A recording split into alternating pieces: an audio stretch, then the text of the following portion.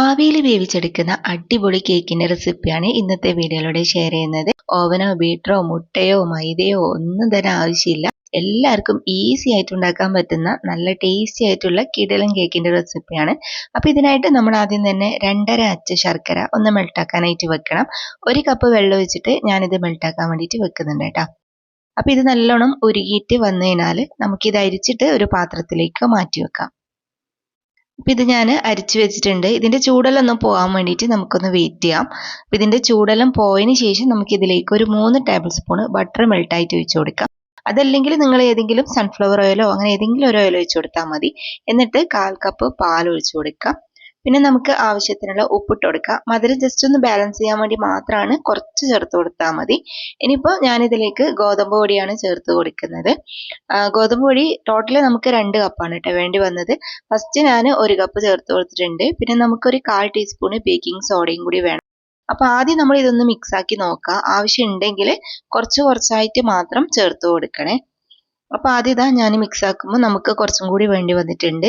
അപ്പൊ ഞാൻ 1 കപ്പ് ഗോതമ്പ് പൊടിയും കൂടി ഇതിലേക്ക് ആഡ് ചെയ്ത് കൊടുത്തിട്ടുണ്ട് കേട്ടോ. അപ്പൊ നിങ്ങളും ചെയ്യുമ്പോൾ ഇതേപോലെ തന്നെ കുറച്ചായിട്ട് ആവശ്യത്തിന് മാത്രം ചേർത്ത് കൊടുത്താൽ മതി.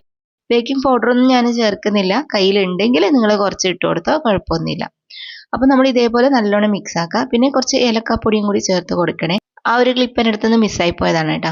അപ്പൊ നല്ലപോലെ നമ്മൾ ഇതേപോലെ മിക്സ് ആക്കിയിട്ട് എടുക്കുക. ഈ ബേക്കിംഗ് സോഡയെല്ലാം എല്ലായിടത്തും ഒരേപോലെ ആവുന്ന രീതിയിൽ ഈ ഒരു കൺസിസ്റ്റൻസിയിൽ നമ്മൾ മാവ് റെഡിയാക്കിയിട്ട് എടുക്കാം. ഇനിയിപ്പോൾ നമുക്ക് കേക്ക് ടിൻ എടുക്കുക. അതിലേക്ക് കുറച്ച് ബട്ടറോ അല്ലെങ്കിൽ കുറച്ച് ഓയിലോ മറ്റോ നന്നായിട്ട് തേച്ച് പിടിപ്പിച്ചതിന് ശേഷം നമുക്ക് മാവ് ഇതിലേക്ക് ഒഴിച്ചു കൊടുക്കാം. കേക്ക് ടിന്നെ വേണമെന്നൊന്നുമില്ല, നിങ്ങളുടെ കയ്യിലുള്ള ഏത് പാത്രം വേണമെങ്കിലും എടുക്കാം. അപ്പോൾ ഫുള്ളായിട്ട് നമ്മൾ മാവ് ഇതിലേക്ക് ഒഴിച്ചതിന് ശേഷം നമ്മളിത് ആവിയിലാണ് വേവിച്ചെടുക്കാനായിട്ട് പോകുന്നത്.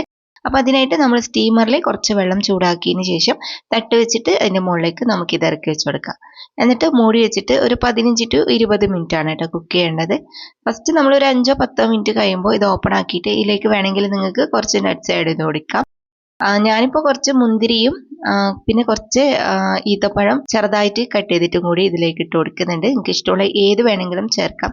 പിന്നെ ഇതുപോലെ ചെയ്യണമെന്നില്ല കേട്ടോ. ഫസ്റ്റ് തന്നെ നിങ്ങൾക്ക് കേക്ക് ടിന്നിൽ മാവ് ഒഴിച്ച പാടെ തന്നെ ഇതൊക്കെ ചേർത്തിട്ട് കുക്ക് ചെയ്യാം. ഞാൻ പിന്നെ ഇത് താഴ്ന്നു പോകുമോ എന്നുള്ളൊരു ഡൗട്ട് കൊണ്ടാണ് 5 മിനിറ്റ് കഴിഞ്ഞിട്ട് ഇട്ട് കൊടുത്തത് കേട്ടോ. ഫസ്റ്റ് തന്നെ ആഡ് ചെയ്ത് കൊടുത്താലും കുഴപ്പമൊന്നുമില്ല. നമ്മളൊരു 15 മിനിറ്റെല്ലാം കഴിയുമ്പോൾ ഒന്ന് ചെക്ക് ചെയ്ത് നോക്കണം ഇത് കുക്കായിട്ടുണ്ടോയെന്ന്.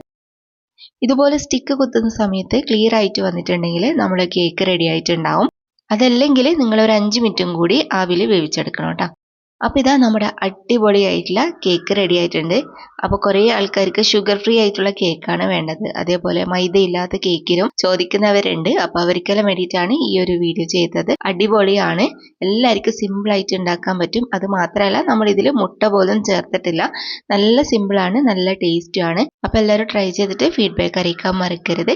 ഇന്നത്തെ റെസിപ്പി നിങ്ങൾക്ക് എല്ലാവർക്കും ഇഷ്ടമായിട്ടുണ്ടാവും എന്ന് വിചാരിക്കുന്നു. വീഡിയോ ഇഷ്ടമായാൽ മറക്കാതെ ലൈക്കും ഷെയറും കമന്റും ചെയ്യണേ.